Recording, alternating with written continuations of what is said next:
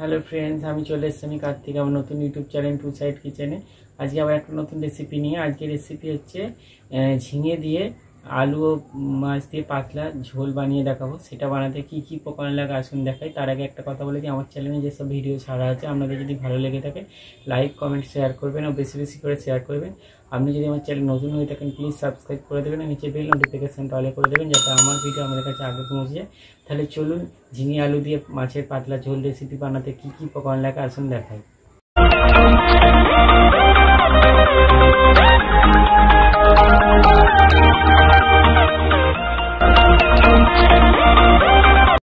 চলুন তাহলে ঝিঙে আলু ও রুই মাছ দিয়ে পাতলা ঝোল বানিয়ে দেখাবো।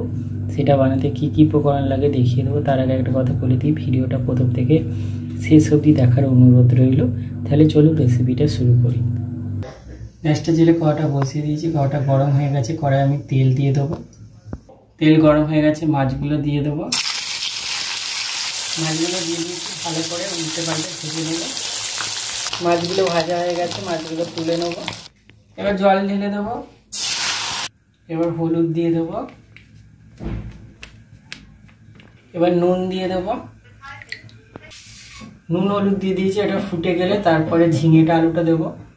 জলটা ফুটে গেছে, তো আমি এর মধ্যে আগে আলুটা দিয়ে দেবো। আলুটা খানিকটা সেদ্ধ হয়ে গেলে তারপরে ঝিঙেটা দেব। আলুগুলো দিয়ে দিয়েছি, আলুগুলো একটু সেদ্ধ হয়ে যায় তারপরে ঝিঙেটা দেবো। আলুগুলো দিয়ে কিছুক্ষণ ফুটিয়ে নিয়েছি। এবার আমি ঝিঙেগুলো যেগুলো কেটে ধুয়ে রেখেছি দিয়ে দেবো।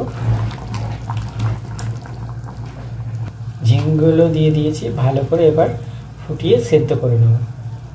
আলু ঝিঙে সেদ্ধ হয়ে গেছে, এটা নামিয়ে নেব। গ্যাসটা জেলে কড়াটা বসিয়ে দিয়েছি, কড়াই একটু তেল দিয়ে দেবো।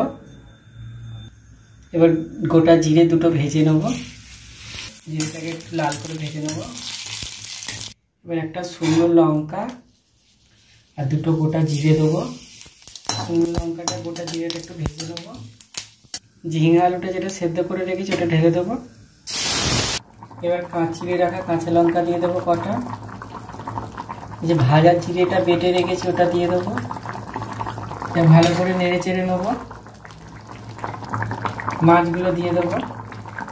দেখুন আমার ঝিঙে আলু মাছ দিয়ে পাতলা ঝোল রেসিপিটা হয়ে গেছে, এটা নামিয়ে নেবো। দেখুন আমার ঝিঙে আলু মাছ দিয়ে পাতলা ঝোল রেসিপিটা রেডি হয়ে গেছে। এই রেসিপিটা যদি আপনাদের ভালো লেগে থাকে লাইক কমেন্ট শেয়ার করবেন ও বেশি বেশি করে শেয়ার করবেন। আর প্লিজ সাবস্ক্রাইব করে দেবেন, আমাদের পাশে থাকবেন। চলুন তাহলে দেখা হচ্ছে নেক্সট ভিডিওতে। আর গরমেতে এইভাবে একবার ঝোল বাড়িতে বানিয়ে খাবেন, দেখবেন অবশ্যই খুবই ভালো লাগবে। চলুন তাহলে দেখা হচ্ছে নেক্সট ভিডিওতে।